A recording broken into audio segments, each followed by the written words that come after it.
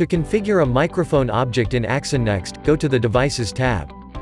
The camera or IP server device has a built-in or physically connected microphone, then the microphone will be automatically displayed in Object Tree as a child object of that particular device. Select the microphone in Object Tree. Configuration settings will appear on the right. Enable the microphone. Enter the microphone object name if necessary. If the device has several audio input sources, it is possible to select a certain one.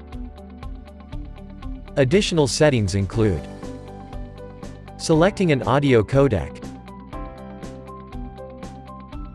switching between integrated and external microphones, selecting the bitrate, and adjusting the microphone volume level, in range from -10 to 10. You can change the parent object of the microphone by selecting a different camera or IP server.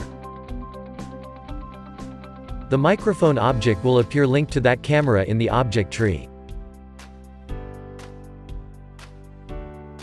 Click on the Apply button to save the microphone settings. To verify that audio from the microphone is being received, click on the Sound On/Off checkbox. The audio signal will be transmitted to the server speakers. Level of the incoming audio signal will be displayed on the indicator bar. Configuration of the microphone object is now complete.